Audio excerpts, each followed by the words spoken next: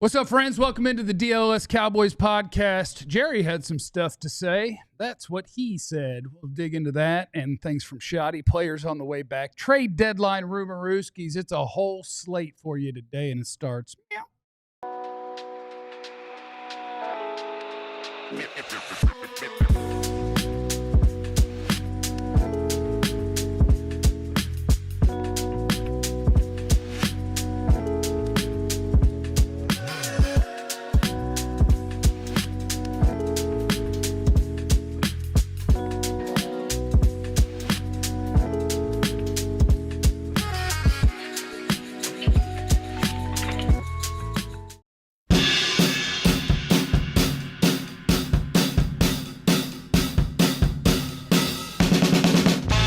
What's up, friends? Welcome into the DLS Cowboys podcast. Please, if you could, hit the like button on your way in on YouTube. We sure would appreciate it. And we're here to talk Dallas Cowboys football with you as we are every single day. Well, 5 days out of the 7 of the week anyway. Welcome in. My name is Jeff. I'm next to former Cowboy wide receiver Jesse Holley. Oh, Jesse Holley went 77 yards. It must be a reality show. I got nothing today. And he's next to the greatest beat writer in the history of your Dallas Cowboys, Mr. Clarence Hill. I want to see you thrust. Yep. There you go. And we're here. I'm going to throw the first topic of the broadcast today to you gentlemen because I'm tired. But everybody, a lot of people are seeing a quote from Jerry Jones in the Wall Street Journal and losing their minds a little bit. Mm-hmm. If you'd like, I can read the part. I'm not a subscriber to the Journal. I only have so many funds for websites, and I'm a DLLS diehard. Yep. I do that. Yep. And I'm part of the YouTube Supporters Club, and that's where I spend my money. So I have no context to give you. I just have a quote from a Wall Street Journal article where they were talking to Jerry Jones, and I quote, "Ahem. There's $100 billion present value with gas out there. That's why I'm talking to you on the telephone rather than trying to fix our defense with the Dallas Cowboys. There's $100 billion present value with gas out there. That's why I'm talking to you on the telephone rather than trying to fix our defense with the Dallas Cowboys." Just quote. I'm just reading it. Just reading a quote. It's Jerry being Jerry. And people have gotten so up in arms about that quote. They have. And clearly it's Jerry being tone deaf. But, Jerry likes to do that. Is it called self-deprecating humor? Yeah, but that's not self-deprecating. Self-deprecating is talking bad. Well, okay, because the Cowboys' defense is bad. Yes, he's self-deprecating about himself and the Cowboys and the defense. He's taking shots at his own defense. Right. And I got a good one there. That's a good joke. It's going to be a good quote for your article. And it was a great, and they used it high. It was a great quote for the article. But you're tone deaf of the sensitivities of Cowboy fans, the state of the Cowboys nation. People don't like it. And I'm like, why are you mad now? This is who he's been. This is who's always been. Somebody tweeted about that.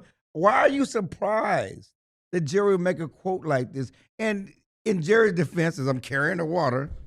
So, well, hold on. Let me put on my water hat. We're going to be carrying water. Carry that water, baby.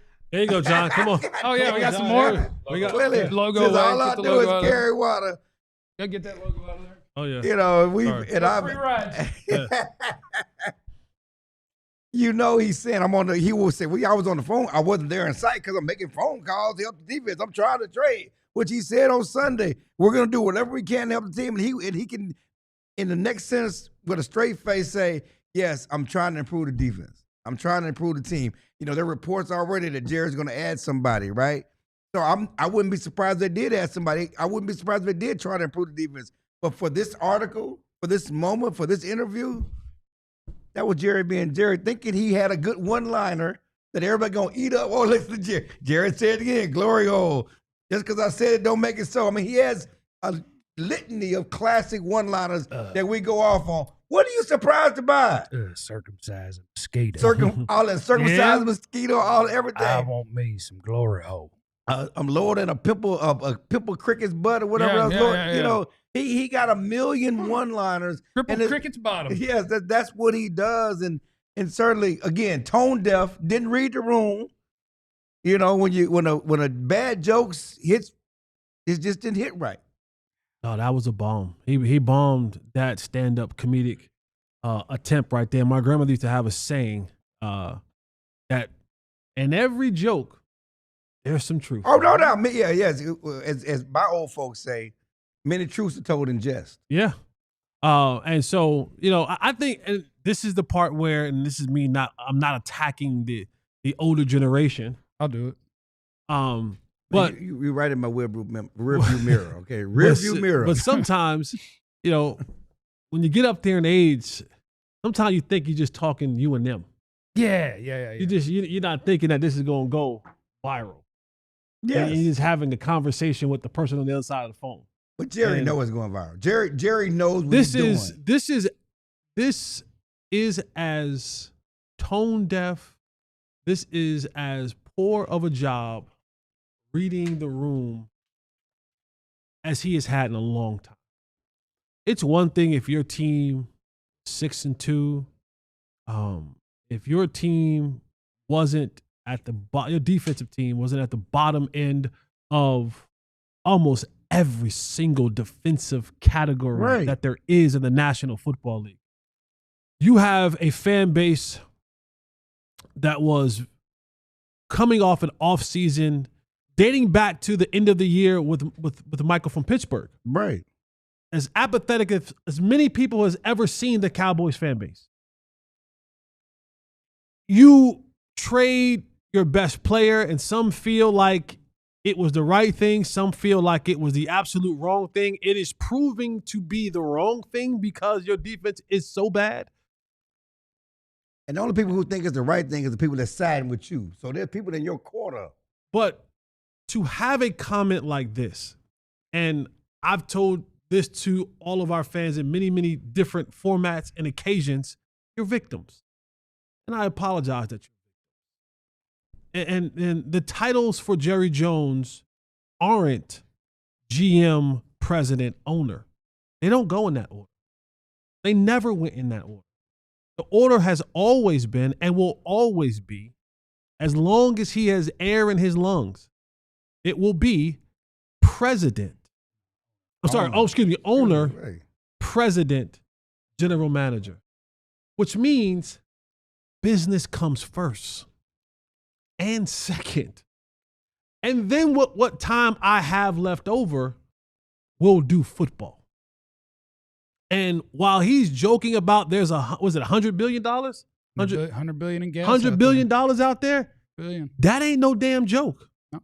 That's real. No, that's real. And you bet your bottom dollar that he wants as much as he can possibly get of it. And if that means his attention is pointed that way, then that's where the attention goes. Because while there's a draft and a free agency and a draft again and a free agency and a draft again and free agency, as long as the NFL is present, you will have a draft and free agency and trades. Draft, free agency, and trades every single year. You might not have a chance at $100 billion worth of gas. I don't know how relative that will be. Is that an annual occurrence? Don't think so. So, yeah, he might have been just Jerrying. Yeah. But this is what he has been trying. If you watched the documentary, which we all watched the documentary. Don't call it a documentary. The subject of a documentary doesn't get to control what goes in a documentary. Okay. A documentary is the Netflix special. Yeah, the special. We all saw the Netflix special. Jerry's love letter to himself. Yes. And from day one, 30 years. It's always been about the profit. Of course. They win a Super Bowl, and he's not happy because we aren't turning a profit. He is a businessman today. He will be a businessman tomorrow, and he will be a businessman forevermore. The problem is the victims, you guys, suffer the most because you keep buying and believing that every time he says that this is going to be the year, or that you have a small, slight shift in the atmosphere, in the Cowboy atmosphere, because of your long-standing fandom. Some of you, it's a generational thing. It's a generational thing for you. Yes, it is. You sat on your daddy's knee, and your daddy sat on his daddy's knee and talked about the Cowboys. It's a generational thing. When my daddy was on his daddy's knee, the Cowboys went around. Yeah, I'm just saying. But yeah, it is what it is. Jerry will always be Jerry, and there's nothing you or I or anyone can do about it. Let's have some context here. First of all, gas. As the kids say, he basically gaslit his fan base. You're gaslighting the fan base. You're gaslighting Cowboy fans with this quote, okay? That's what you're doing. You're gaslighting, and they are up to hear about it. Another factual thing. Just like he runs the Cowboys, he runs his business. He has people. Jerry's not prospecting gas wells, right? He got people to do that for him, right? He just comes in at the end and signs a check, okay? And says, so he got people prospecting free agents, prospecting trades. He got people doing that too, okay?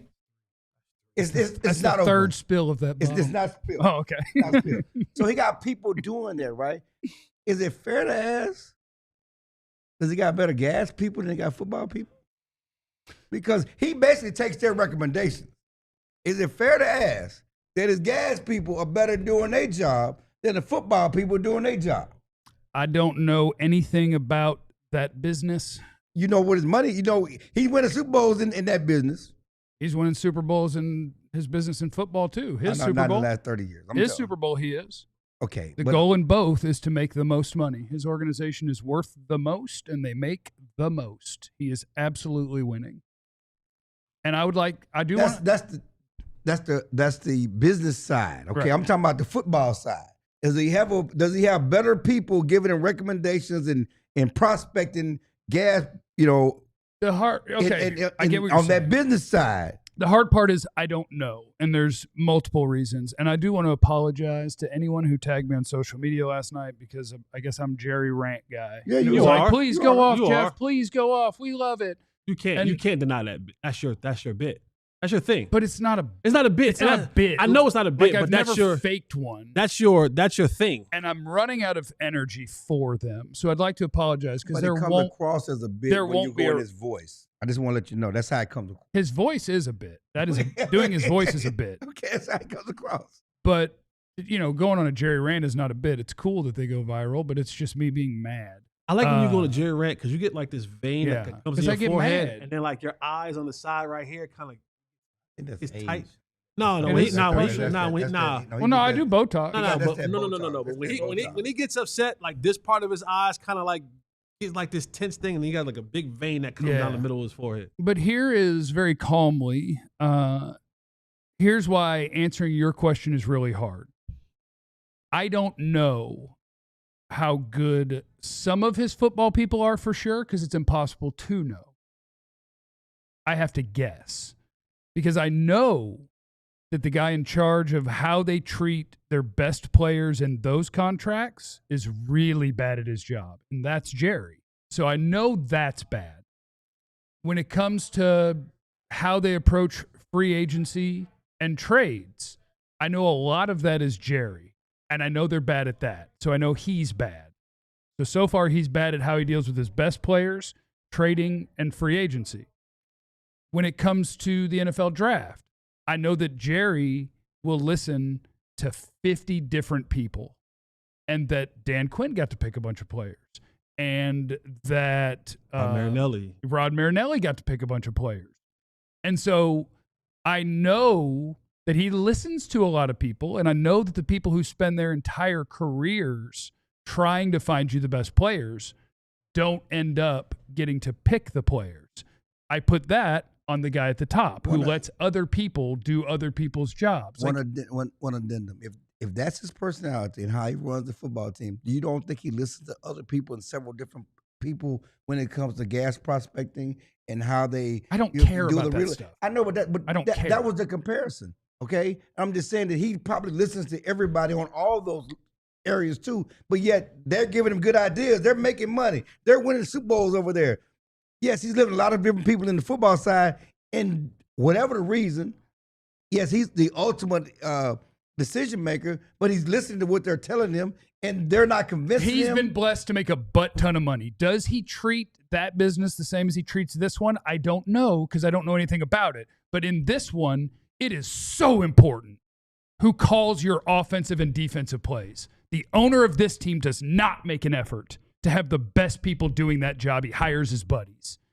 Everything about the way that Jerry Jones runs his football team is incredible as an owner. Every aspect of general managing a football team, he is atrocious at. Awful. And not in, I guess most GMs hire coaches, right? So yeah, that's just another part of GMing. He is the worst coach hirer maybe in the league. And we don't spend enough time on that. If you are Jerry's friend, well, you'll end up with a job. We are not going to exhaustively search and find the best defensive coordinator. We're not going to do that for head coach. We're going to bring in a guy that makes me comfy cozy. Everything about him drives me freaking bonkers. And it makes me sports sad because I love my local sports teams and I want them to win so much. I want the way that he approaches it, the way that he can I sneak it all in? I miss who he was when he bought it. When Mark Cuban bought the Mavericks, he was a disruptor. That made it fun. He was so hyper-competitive. When Jerry bought the Cowboys, he was a disruptor. He also had Jimmy. He also had Jimmy. Again, yes, he had Jimmy. But the way that he did it was he might have broken the NFL rules to bring in Deion Sanders because he was desperate to win. That might have been Phil Knight's money that went to Deion Sanders. He would do anything to win. Anything. Look, Kawhi Leonard action. And now he's the guy he was. He's the exact opposite. The exact opposite. Because he's filthy rich. And the first coach that he hired, he got lucky that his friend was the best coach. And he keeps hiring friends. And they're not. And it's just, Jerry drives me bonkers. I don't want to talk about him anymore. Coming up next on the DLLS Cowboys podcast, we did get some news on some guys that are going to be coming back. We got trade rumorooskies. We got all the things on the DLLS Cowboys podcast. Storm season is right around the corner. Qualis Roofing can get you situated. You don't want to go by these fly-by-night type people that just come up to your door, they slap a sign on the side of the truck and go, "How you doing? I do roof. I do roof. Your roof look like you." Now, this is not. But what we you had about to to pick say? A voice too. Why does it have to be a redneck? We went real redneck. Well, what you want is you want a company with over 705 stars reviews and an average rating of 4.9. Qualis Roofing is the most trusted name in roofing across North Texas and in Austin. And right now they have a unique and special giveaway. Schedule a free roof inspection with Qualis Roofing, and you can get a free DLLS t-shirt. Let's go. In addition to, replace your roof with Qualis and choose between a free Blackstone grill or a Traeger smoker. I get a Traeger? Yeah, because what's a new roof without a little bit of extra sizzle? So go call or go online and schedule your free roof inspection. Don't forget to ask about your free grill. Visit QualisGC.com or just search Qualis Roofing and Construction. That's QUALIS or call 817-500-9008 and get started today. Also want to shout out our friends at PNC Bank. I don't know if you guys know this, but long-term growth, that takes patience and commitment. That's something banking and hockey hair, have in common. Yeah. You know what I'm saying? PNC Bank recognizes the value of long-term growth, too. It's time to see how good long-term growth looks on you. What you do? Pick up your free Dallas Stars hockey hair hat pregame at PNC Plaza. Compliments of PNC Bank. That's November 4th and 6th. PNC is going to have a pop-up Main Street branch. Get it? M-A-N-E, Main Street, because it's hair. No purchase necessary, one per person while supplies last. Copyright 2025, the PNC Financial Services Group, Inc., PNC Bank, an official partner of the Dallas Stars. It is the DLLS Cowboys podcast, and I wanted to get into what some stuff that competent people have been doing.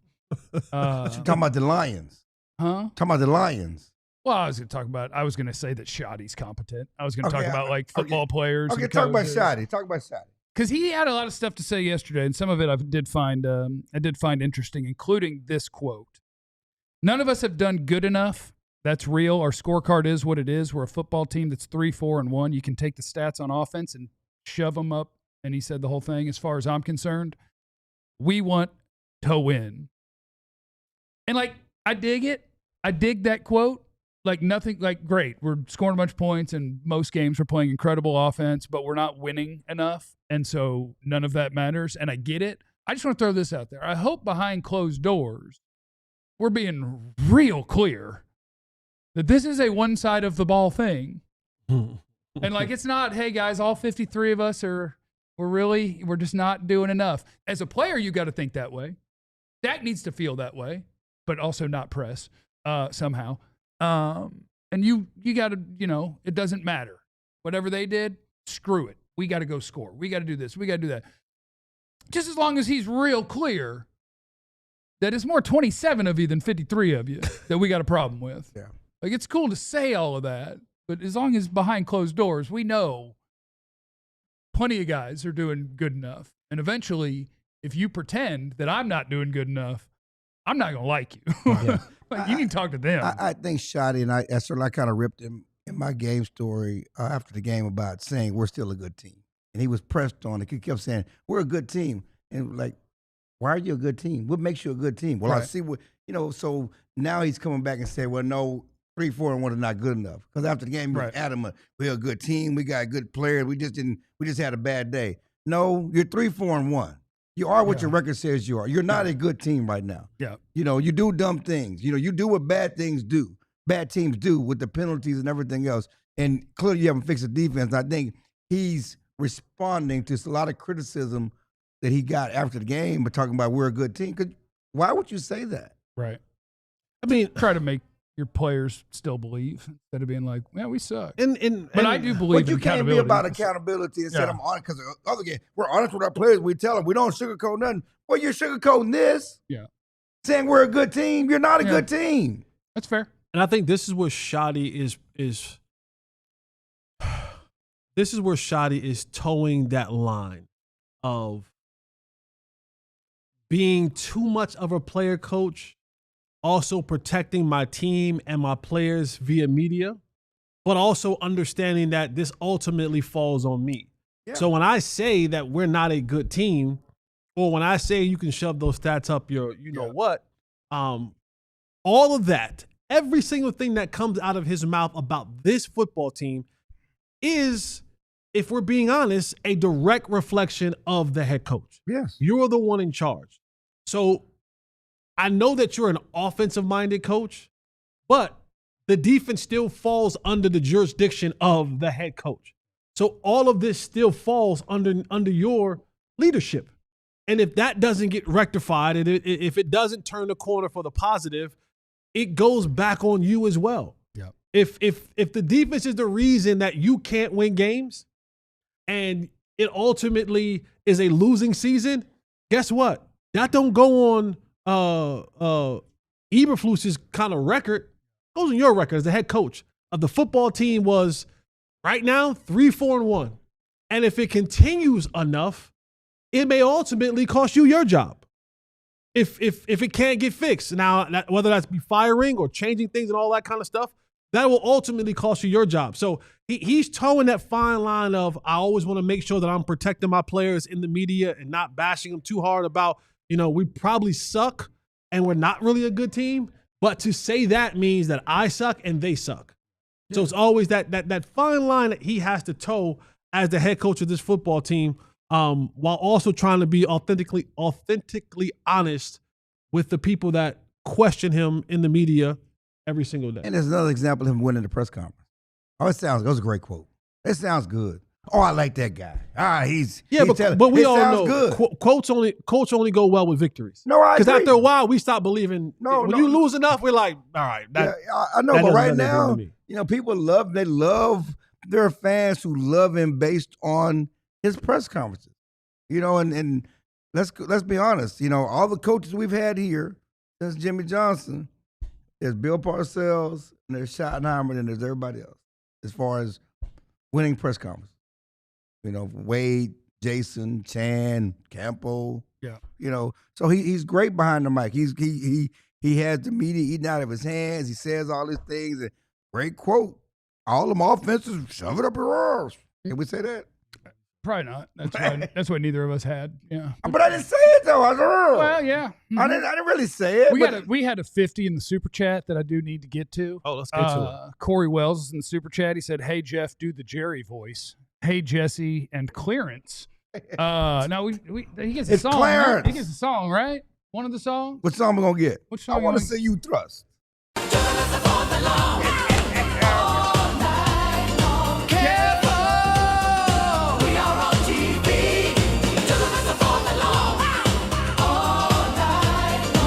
Break a hip. Are you gonna break your hip? You gonna break somebody's hip?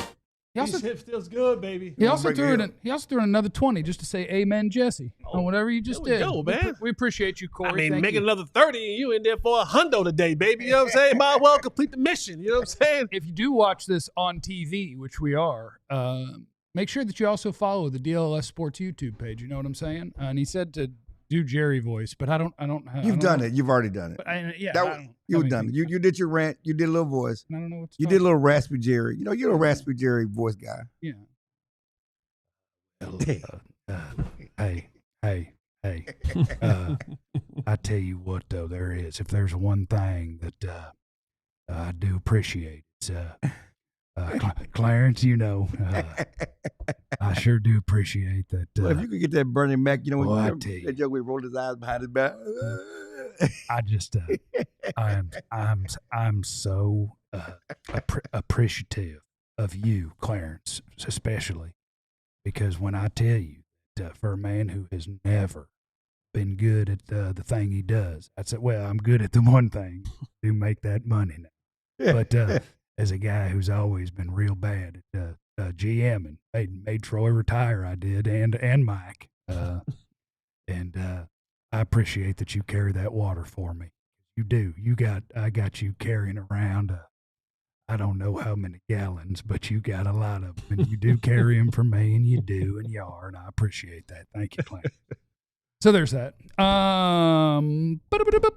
Thanks, Corey Wells. Yeah, we appreciate you. Let's knock out the other super chats while we're doing this real quick. Bryce is in there. He said, call about Minka, call about Jets edges, and Logan Wilson. We will do a trade deadline rumor-rooskies before we get out of here on today's show. So we'll let you know the very latest of what's going on there. True Texan, that was major steppage. Stomped on it. Was that probably about the Jerry quote? Chris said, Jerry is a clown. It's what I expect from a clown. Now, that's name calling, and we don't do name calling around here, but you can do whatever you want in the chat. Because you do have that freedom. CC Black is in the super chat. I'm getting to the point I don't care about Cowboys. I've gotten to a real weird point with the Cowboys. I do have a question for CC Black.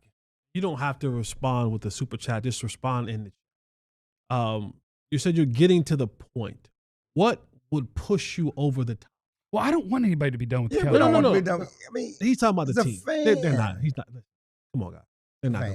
They're not. But it's good to say. And that's why Jerry can do what he does, the way he does it, for as long as he's done it. Like married couples say, I'm going to leave. It ain't never going nowhere. I mean, but it's something to say in the moment. And it's people started going places. It's over 50% I'm about to say you. I'm just saying. It's like Saturday watching statistics, my boy. They're like Saturday watching Texas. They're like, I'm not watching this game. I'm done. But I'm never done. I've suffered. I do have one, context because I did call the Cowboys and ask them if they can respond to Jerry's quote to the Wall Street For Journal. what? They'd rather just have it played on every show. They'll say, tune in the next time I talk. Surprised the writer used it. Jerry was just joking with him to start their chat. Uh-huh. He was just having jokes, of course, trying to compliment him and the significance of the topic of him breaking away from his primary focus, the team he does not that consumes most of his time. Jerry, you know that about Jerry yourself and the way he does, jokingly starts conversations. So Jerry was joking with the writer to start the conversation. Of course he was, yeah. And the writer used that quote. Yeah. Again, we know it was a joke. Clarence. And Jerry was trying to be trying to. Yep. You're doing exactly what I asked, and I appreciate that. I know. I'm just telling you what they told you. Listen, I got to run up the flagpole. Anytime something happens on the Cowboys, I got to run up the flagpole because that's my job. Whether it's a trade rumor, whether it's whatever. Yeah, I forgot. I'm just telling you what they're saying. I'm not saying it's true. I'm not legitimizing it. Any of the super chats? I forgot where we were before Clarence carried that water. Blessed Man 88 is in the chat, and he just threw it in there. And so we'll see if there's a chat that's coming forthwith from that. Is that blessed or blessed? How do you do it? You both. I usually say blessed, but blessed is more fun. Okay, that's my asking. I'm Blessed. a church guy. I'm just asking, is that blessed or blessed? Yeah. So thank you, everybody. Hit the like button while you're here. We appreciate you being here. Coming up next, it is time to step inside of KBBU, No Ball Better University, with your professor, Jesse Holly. Make you smarter at football. It's next. Shout out to my folks at Monarch. And if you want to be a part of the smart people who know how to handle their money, then you need to get with Monarch. Because let's be honest with you. Let's truly be honest. Be honest. Let's be honest. Be honest. Most of you don't know how, when, and where things are going with your 401k. Right? If we're being honest about that, right? Or if you have other investments or how those things are going or all the different financial accounts that you have, I can tell you, for someone who has multiple different things going on, I don't always know where this stuff is going and happening and all the ups and downs about it.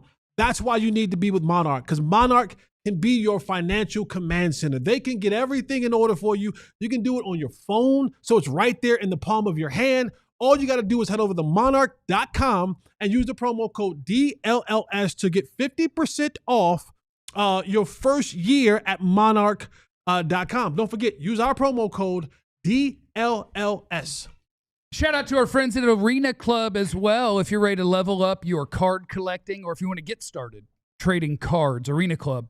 Their original slab packs, I'm about to hit you with some card collecting terms here. The slab packs, they bring you the thrill of ripping packs, combined with the power to buy, sell, and trade all in one place. It's at Arena Club. They make it easy to chase grails, flip slabs, keep your collection growing with the cards that you love. Because normally what you do is you go buy these cards and you open them up and you're like, oh my God, I think I got a good one. No, now what do I got to do? I got to make sure I don't do anything bad to it. I got to ship it off to get it graded. I got to give them all the money, and then maybe they're going to send it back in a few weeks from now after I spend a bunch of money. Now I'm squared away and I can display it or sell it or whatever.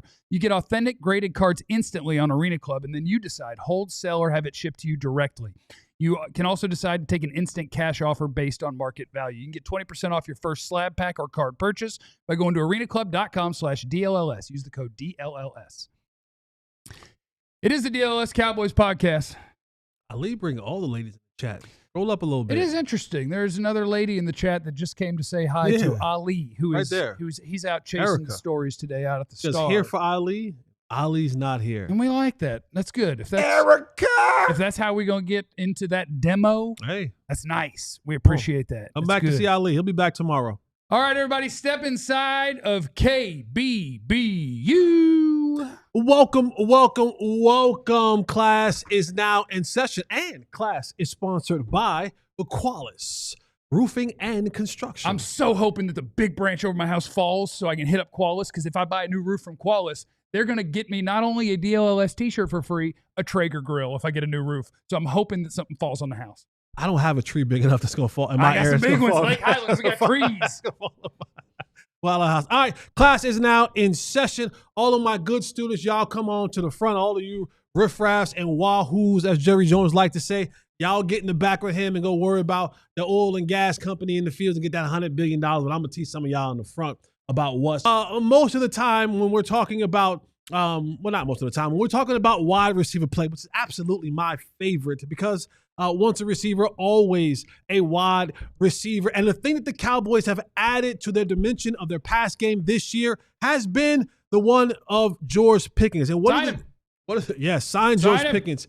And one thing that George Pickens brings to the table is his ability to run the go route. And many times you may hear it, Jeff may talk about it, or Botch may talk about it, or even our friend Brian Broadus may talk about it, or you just may hear it casually on one of the networks when you're talking about football, and you may hear, oh yeah, they're running a red line. Or you may hear an audible or a play call that hears the term red line in it. And so I kind of just want to further explain a little bit of what the red line means, is, and how it goes into play for the go route in the Cowboys offense that we see George Pickens run so eloquently and so lovely. So nice. So nice. So nice. So when you hear the red line, it's actually not technically a play, but you'll never see it on an NFL field. You'll see it just about on every other field. That's a practice field. So let's go to the tape right quick right here, John. So this is a play right here. At the bottom of the screen, you have George Pickens. Now, I want you to see this play in this formation. Now, we talk about red line. Well, Jesse, what is the red line? What does it look like? What does it mean? If you go to any NFL field, their practice field, you don't gotta run down the red line. You'll see a red line drawn on every single NFL practice field. And you may ask yourself the question, well, why is it there? What is the significance? It's not a hash mark. It's not a number. What is the significance? What is the significance of having this red line? Well, this is where you go to practice, where the quarterback wants you to throw, wants you to be in position when he throws the go route. It's a place on the field that indicates I have just enough room before the sideline that gives me a place to we call it drop it in the bucket over the shoulder for the wide receiver away from the defense. And that's where you want to practice so that when you get to the game field, it is a kind of a muscle memory, so to speak, so that you understand and know how to run this route and where the quarterback wants you so that he can deliver the ball to you down the field. All right, so let's go to the game. All right, here it is right here. And you see in this particular formation, George at the bottom of the screen, he's kind of more in a tight split. Now, usually sometimes when you run these go routes, you're usually outside the numbers. But when you want to be able to catch and capture the eyes of the safety, for sometimes having those other routes come behind it, you may take a tighter split. But what it also does is it gives you more room for release. You spend less time chitter-chatting at the line of scrimmage, where I can just simply go, speed release, get outside, get up the field, and get to that red line position. So you see it right here.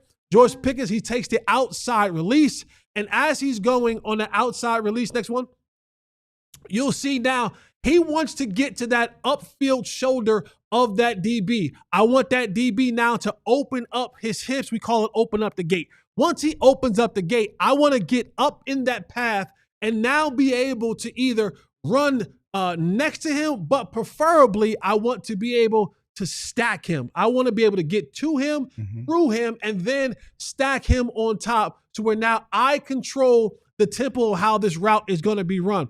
And now, what's even more important, and this is where the muscle memory and the practice and all the things come from, the practice field to the game. Watch Dak Prescott. He's not in the shotgun. He's turning his back to the line of scrimmage, right? Play action pass right here. So for the quarterback, he is taking his eyes off what's happening on the back end of this defense. He doesn't know who's shifting, who's moving, who's coming down. What he is trusting is that he has seen George Pickens and they have worked together on numerous occasions in practice on how to hold that red line so that when I come out of this fake and I get my eyes back down the field, I don't have to worry about where you're going to be. You're going to be there because you understand the conceptual spacing that we need on this route. And now, as you can see, George Pickens, he's at a place right now, Jeff, if we're even, we're leaving, baby. We're leaving. And so he's even with the DB slightly ahead of him, and then he'll begin to stack.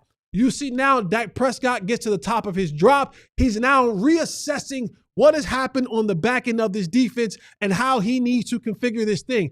CeeDee Lamb has the over route coming, which is going to hold that safety from really trying to go over the top and interrupt this route. George Pickens has now beaten his DB at the bottom. He's a little bit inside on the red line, where the red line mark would be, but that's okay because he's still giving the quarterback enough space to be able to deliver that football on the outside if he feels he needs to. Now, when you look at this picture right here, and just hold it right here, John, the quarterback has a decision to make. He has an over route coming, but what he's looking at is the safety. I can throw this ball now because my receiver is just about even with the deepest safety on the football field. He's already beaten the DB. So I have the option now to keep this ball kind of on the same trajectory because there's no deep field safety that I'm actually worried about anymore. Or I can now layer it outside and give my receiver a chance to catch it over his outside shoulder. But Dak decides to keep this thing more on the line because there is no middle of the field safety. George Pickens has done a tremendous job at the line of scrimmage through the route and is finishing it on top of the defensive back, which is, I believe, Sauce Gardner. In this particular game, Dak lays out a beautiful pass. George Pickens, again, we've seen him with the late hands and the ability to go up and get the ball, scores a touchdown because he understood the ramifications and he understands the spatial awareness of where he needs to be when he's running the red line or the go route. And to me, the go route and the fade route are two different calls for me. That's just me in particular. The go ball is more of a deeper, 30, 40-yard thing. The fade ball is more when we get into the red zone. And now I want to kind of give you a 50-50 chance to go up there and get it. This is, to me, the go ball, or as some other people call it, the red line route. And that all stems from the red line that you'll see at every NFL practice field that teams continue to work on what our spacing should be for us to throw a proper go route. Good job. There you go. There it is. And That's when all right. when you do the call and response, you don't just have to say. Well, as a former, you don't do the call. No, yeah, but he's a receiver. I was a receiver. I would also say go back and watch the show. The first 6 minutes, you were staring at your phone while he was. I was listening. Yeah, I always know Jeff is engaged. Listening. I always know Jeff is I'm engaged. listening. I'm gonna call on you next week. But secondly, that route, that over under, is that not the 72-yard touchdown route as well? Was that the same play when against Washington when CD was running the over? No, that play was actually the same play that they just ran in Denver. And CB caught the over route. I was saying, when he caught the over route. Yes. And a little better ball, that's so crazy because it was a great route. But Dak was getting killed. If you remember, a little better ball to CD scores. Yeah. No, absolutely. Because if you look, but he couldn't because he was getting killed. He got crushed. He got crushed. But a little better ball, CD scores, and we know how important that touchdown was now. Absolutely. A little better ball, but you have the same play in Denver. Yeah, absolutely. Same play in Denver. So you'll see that offensive line thing. You see all the same play. Well, that's the pick your poison. Okay, I got Pickens here and I got CD right here. Who are you gonna cover? I don't know, but those two safeties were playing like they're best friends. Yeah, they're way too close, right? They're playing like Cowboys safeties. Look like Cowboys safeties, don't they? They didn't want to leave each other. Look like Cowboys safety. I do, since I've been very kind to Jerry Jones today, I do want to just say today is another good day to plead with that man. Go ahead and keep George Pickens around. Yeah. Go ahead and keep him around. Takes two to tango. Hey, takes two to tango. Go ahead, keep him around. I'm just to take two to tango. Every player you gotta call Mulageta. Almost every agent in the NFL has an agent, and it doesn't stop teams from getting contracts done. Mulageta. Only one team tells us, well, it's tough. They don't want to. Every other team just calls them and gets their contract done. This is the only one that tells us that. And we've been looking for this since it was Amari and CD. We've been looking for this. Don't let this go unless you're acknowledging to yourself and your fan base that, we are not going to be any good for the rest of the Dak window. Do not let George Pickens leave town. This is what we've been looking for. We need this. And no, we're not trading CD either, you bunch of psychos. Our bosses here, and I think he's trying to trade CD, and we're not going to do that. We're not doing that. Must have got some of that ooh-wee through TSA. Clarence brought back from Denver. From Denver. Yeah, I just did. Those two worked together so well, and I saw the picture from practice yesterday. Yeah. Where CD is wearing the ski mask now. Shiesty. Is that's what a ski mask is called? It's called a shiesty. He was wearing the shiesty. I like what George Pickens does for CD. Yeah, I like that he brings him some attitude. And now, of course, your head coach is like, I need to get one of those things too. Well, that's because he's the friendliest guy of all time. I hope he can learn to be mean. He can't be more friendly than Jason Garrett. Jason Garrett was drinking beers with players at the Duke game. Remember that? No. Remember that? Yeah, he did have besties. But Jason had a hate smile. He wasn't sincere about that friendliness. Shotty's sincere. I think Jason was friends with Romo and Romo and Whitten. Yeah, Romo and Whitten. What about DeMarco tag along a little bit. Yeah, DeMarco getting there now and then. Yeah. Hey, what was DeMarco's nickname? Spray tan. Okay, spray tan. Yeah. GM Ben is in the chat. He wanted to know why Jesse's wearing a Christmas sweater before Halloween. We were supposed to just ignore that. Is that a Christmas sweater? All right, here we go. Sweater? We got a second. Can you see this? Give me the one shot, John. Give me one shot. All right. Is this a Christmas sweater to y'all? This is I don't want to be, but Michael Jordan. All right. Is this considered this is like a Christmas Look like the Star of David. Nothing about that. The stars. Lights in the background. Like the stars, man. Flashing. Remember when Jesus was coming, born, there's a star. Listen, you saw that star. Reggie Miller did call Michael Jordan Black Jesus. Blasphemy. Saw that star. Coming up next on the DLLS Jesus Cowboys. was actually, no, Coming up next on the DLLS another day. Cowboys podcast. We do have the latest on the Rumorooskies with your Dallas Cowboys and the trade deadline, as well as some scoops from the locker room. It's next. I'd like you to sign up to be a diehard if it's not too much trouble for you today. You just hit the QR code that's right there on your YouTube screen if you like, or you could obviously go through our description, or, there's different ways to find alldlls.com and sign up to be a diehard. Make sure that you are getting access to everything that we've got for you at DLLS. And that's all for your teams covered. More stuff coming. When you sign up to be a diehard, you get to pick a free T-shirt from the merch store. I got one on today, but going a different route from football today. I'm going with hoops. Mavs. Going with hoops. Because I really support their ownership and GM situation. They're crushing it in that game. They're suing folks, suing people, and trading Luka. I'm really supporting that. What are we doing in DFW? The GM in DFW is wild. What have we done to deserve this? I don't know. Anthony Davis is hurt. Hurt people get hurt. Weird. Hurt people hurt people. Hurt people do hurt people. I see some of y'all in the chat, and I hope y'all get what you need. Get help. I hope that lashing out, get your little hit of dopamine is not hit a dope. The best you got. Smoking that dope. I hope that you can find some peace and become a diehard. You get a free T-shirt as soon as you sign up. You get to pick one from our merch store, and that's nice. You get an ad-free experience on our website. You get access to our diehard-only level content. We got a Discord where all of our diehards are in there, and it's really fun because you get to meet new friends who are fellow DFW sports fans. You get to interact with us up here that are on the shows. And it's not just about your sports teams. There's different channels for all sorts of things in life, so it's a lot of fun. And we'd appreciate if you signed up. Also, subscribe to the newsletter, alldlls.com/newsletter. Ali writes that for us, so I know the ladies are going to want to get involved there. The ladies. Sign up for the newsletter, ladies. Ali's for the ladies. .com/newsletter. And then as a bonus, you won't just be helping Ali. You'll also get everything you need about all of your sports teams each morning in your inbox. Muhammad Ali had a lot of ladies, too. It is the DLLS Cowboys podcast. Mike Jr.'s in the super chat. He said Quinn, head coach /DC, plus Schotty, offensive coordinator, plus Dak and Micah, or Schotty, head coach and OC, plus Eberflus, plus Dak. Thor's ability to play in any system has me thinking defensive head coach.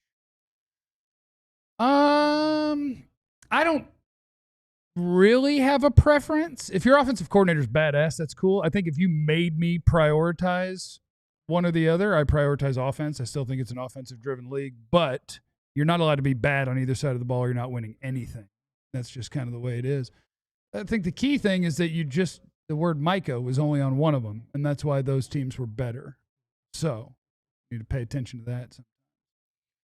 Corey's in the super chat. He said, pay George, bring Crosby, and Jesse, Crosby, and Parsons are not the same. Who would you rather have? Crosby and Parsons are not the same. Who would you rather have? Very, very similar in what they do. But give me Parsons.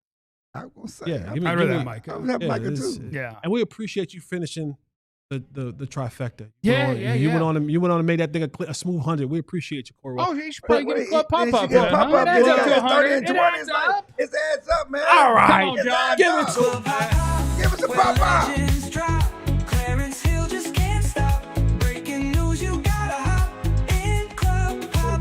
I want to see you trust. Clarence, you said you had some stuff from the locker room. Hit me. Well, first thing I want to address is you from Jersey, right? Here we go. Born and raised, You baby. know Earl Monroe? Yeah, Earl of Pearl. He was the original Black Jesus. We have 1 hour cowboy show. It's on TV. Listen, I'm just trying. It's on TV. I'm just saying, he from New York. He from New York area. I'm from Jersey. I'm not Jersey, from New York. He know about Earl of Pearl. He's the original Black Jesus. Jesus Shuttleworth was named after him. The original Black Jesus was Jesus of Nazareth. Okay, there you go. Come on now. Come on now. Talk that talk, baby. Talk that talk. Elohim, talk that talk, baby. Maybe brownish. I don't know. Talk that talk. Interesting from the locker room yesterday. So Diggs is in the locker room, sitting in the locker, on the phone, playing on his phone, and everybody like, Clarence, when you gonna go talk to him? When you gonna talk to him? We waiting on you. Like, I walk up to him. Did they say that? Did they say that? I'm sorry. My bad. I mean, you seen me. You know, come on, stop. You already My know bad. the You're deal. right. My bad. You already know the deal. My bad. Get My that hate bad. out your heart. You're right. I'm dirty macking. Yeah, You rub it off on me. I You mean, rub it no, off. no, I get sit too that close out to your you. heart. That dirty mac and start rubbing off on me, man. Anyway, I'm so sorry. Go ahead. I go up to Diggs, and he says, I can't talk. I'm on IR. I say, you can talk on IR. You can't talk in concussion protocol. Well, I'm still in protocol. I'll talk to you next week. 2-week concussion protocol. Protocol. So I walk away. I said, okay, fine. We'll let you make it. I walk away. I go to the ping pong table, and I'm talking to another reporter, and he sees me, and I'm scrolling. What you do? He thinks I'm taking a picture of the ping pong table. Okay, they say, "Oh, you tweet about the ping pong table. Now you trying to post about it." I'm like, what are you talking about? This is Diggs. Diggs. Okay? Trayvon, I'm gonna tell you a secret. No one gives a half a crap if you have a ping pong table. No one thinks that means you're not taking your job seriously. Listen. All of the teams in the NFL have little things that people do in the locker room. No one cares. But a while ago, you couldn't talk to me. Now you're poking at me about this big thing. And apparently, last week when they took the ping pong tables out of the Baltimore locker room, I tweeted the Cowboys still have theirs. Doesn't matter. What are you saying? Because we losing, we shouldn't have ping pong. He goes on his rant. I said, what are you talking about? I said, they're different strokes for different folks. Yes. Stop being so sensitive. Baltimore's 2-6. They took the ping pong tables out. Which, by the way, Lamar Jackson said he was the one that was behind taking all the stuff out of the locker room. That. So I'm like, who told you that? Because you don't follow me on Twitter like that, CD. I'm like, why is CD's like always him on my Twitter? Man, I see everything.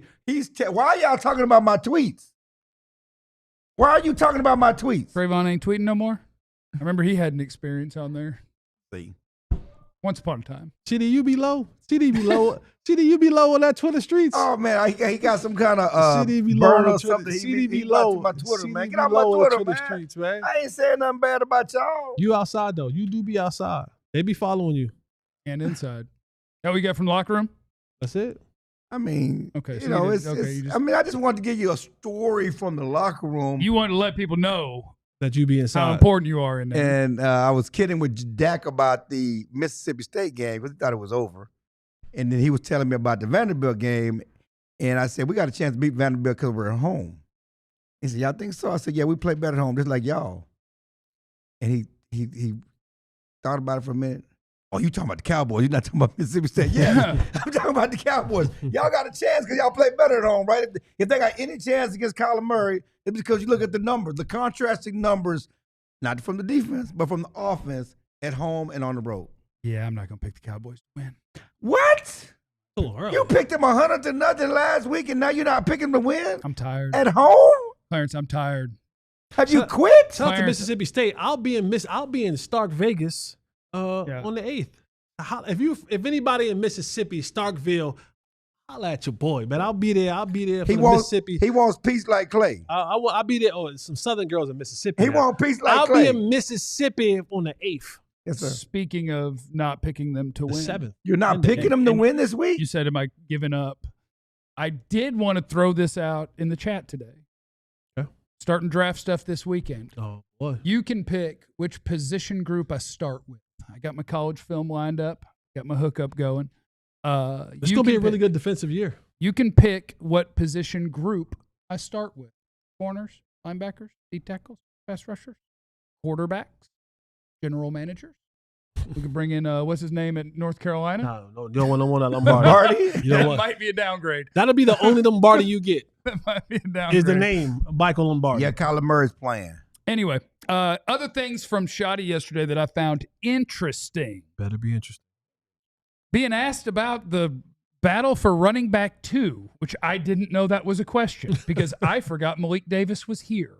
Malik Davis? Yes. What about the other dude? That's who Schotty was talking about. He said Jaden's a young back, learning the speed of the game and going through all of his Jaden Blue talking points. And then he said, he needs to be following Javonte because that's somebody who does it all right and learning how to be consistent and all that stuff. He said, and Jaden's doing that. But again, I'd be remiss if I didn't talk about Malik Davis and the job he's doing for us. We're all about creating competition. It's not just creating competition on the defensive side of the ball for jobs and who's going to play. It's on offense as well. And that would be another battle to watch. Do I need to have eyes on Jaden Blue versus Malik Davis? What happened to Phil Maffa? What happened to Maffa? Maffa's on IR. You better go. Oh, yeah. He's done. They're not stashing him, but they probably kind of stashing him. I don't know. He may be. There's no. Are we really worried about the backup running back job? I mean, that's how bad the questions were. That's you talking about. You've lost all interest in Jaden Blue conversation? I mean, I'm a Longhorn. He was a backup at Texas. I was never like, this guy's going to be Barry Sanders coming in here, okay? Well, we all knew this. When I said that in the summertime, you jumped No, it's not true. That's not true. He was a backup at – that is not true. I watched his whole career. We've talked about Jaden Blue a lot. We have because he does this. You talked about it. You talked about giving the ball in space. Yeah. But, I mean – you got to run him back to second in the league in rushing. Why are we having – is that the problem with this team? I like big backs. You know what, Clarence? Is that the problem with this team? I forgot. Or is it the defense? Are we really worried about the backup running back job, though? All right, Clarence. That's all I'm saying. New rule. Don't bring up CeeDee Lamb, George Pickens, Dak Prescott, Tyler Smith, or Javonte Williams ever again this year. Why? Because they're not the problem with this team. Why are we talking about them? They're not the problem with this team. No. See how you're changing the conversation? So the conversation is about upgrading the number 2 running back position, okay? Yeah. So it was a story about a quote from a Cowboys coach that I wanted to bring up on our Cowboys show. I agree. I'm saying as a reporter, that's where we are with asking questions of trying to fix this team, is that we're not even talking about the defense anymore. We're talking about the backup running back. Yeah, well, I wanted to go through lots of different things. No, I'm not talking. It's not a rip on you. I know you're taking the quote and making a talking point. I'm talking about that's where we are in the press conference. Yeah. We're all beaten down. How many more times can we ask about how you're going to fix the defense? Well, my thing is, like, I am interested in Jaden Blue because I do want him to be the backup running back. I want him to be part of the running back thing next year. But I've also, while watching him even last week, I felt like he does look hesitant. Like he doesn't, like when he takes the ball, it's either too fast or too slow. Can we get him in space? Can we get a screen pass? Has he had a ball thrown to him yet? That's what he does. So. Oh yeah, he has, but I think he's had like a swing pass or two. Yeah, but get him in space. Get him a screen pass or something like that. Don't run him between the tackles. The other name that was brought, well, you gotta run all your plays. You gotta run them in there some. Man, there are certain plays you run for certain players. I mean, this ain't rocket science. Everybody don't run the same plays. And then he was talking about, if you guys remember from camp, Perion Winfrey, the defensive tackle, his practice window is open. So in the next 21 days, they'll have to decide to activate Perion Winfrey or shut him down for the year. And Brian Schottenheimer talked about him. He said, just looking to get depth. Here's a guy that has good flexibility for us. He can play inside, can play outside. Love his play style. It's a big part of what we're looking for. All 11 guys just playing hard. The fact that he says play inside, play outside kind of changes what I think about his answer. Because initially I would think, based on camp, when we got to see him, Perion Winfrey's a better player than Mozzie Smith or Jay Toya. And so I would think, just the 4th active D tackle on game day. If they're talking about inside and out and, oh, my God, we can't stop the run, and they're saying those things, is Perion Winfrey coming for Sam Williams snaps? I don't know. It was interesting on Monday. We get to the locker room on Monday. They just get their doors blown off. It's everybody's quiet and trying to get up out of there. Perion Winfrey is screaming and hollering and laughing. And he didn't lose. Boy. I wasn't out there. And then on Tuesday, they come on. We open his well. I'm finna play now. I mean, he's feeling good. Everybody else is all in moping and everything else. You would think they had just won the Super. I mean, Perion Winfrey was having a grand old time in the locker room. Trying to carry his head coach's energy. Keep it going. He was feeling good. I'm finna play now. He gonna realize when he get out there. He get beaten down like the rest of them. Have I missed any super chats in the show, John, or am I good to go? I'm good to go? Good. Everybody make sure you're subscribed to the DLLS newsletter. We need you there, okay? alldlls.com/newsletter. Make sure you're hitting the like button on your way out. We sure would appreciate it. And leave in the comments after the video what position group I should start with on these college guys. We'll talk about the Cardinals tomorrow, baby. Remember, you have no idea what anyone's going through. So be cool to everybody. We love you. Be easy. Eliminate the contingencies. I want to see you thrust. We all silly like the mayor.